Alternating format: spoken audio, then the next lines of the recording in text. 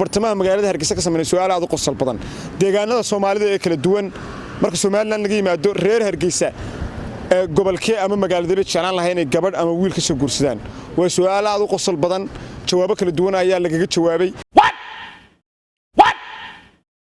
adiga daawanaya magaalada jeclaan lahayd inaad ka guursato si shargaraya muuqaalka trika la yiraahdaa way maxaa trika soo dhow markaba jaalka Sakariye Jakarta Hargeysa ku suganahay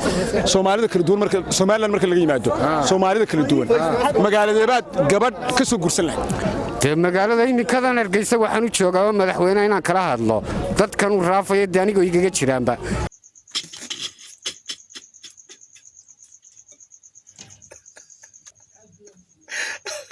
BURCO مسيري maymay baan ku haystaa maymay baad ku haystaa had ya aad marka waxaan u yimid inaan madaxweynaha kala hadlo inuu ii daayo had ya aad marka dadkii la raafay miyaa dee raaf buuba iminka uu ka bilaabay burco waxaan u soo galayna wax kale ma aha inaan iraahdo jooji had ya wadde bal way ku jirtaa ka reeb ayaan doonayaa madaxweyne lafta garanada baaq uu soo diray maanta way u yimaadeen qoladii qaxoontigu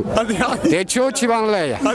anna waxaan doonayaa barinaan ku garaaco marka magaalada ka soo jeedaa intaas waa baydhabo iyo bakool ay ka soo jeedaa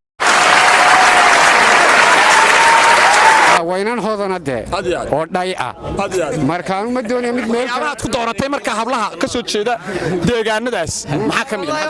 deegama fidnoobaysa sida kuwan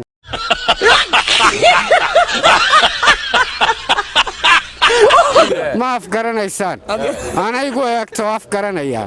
marka aanun baa la walaaqanaya marka intaas aygu eegta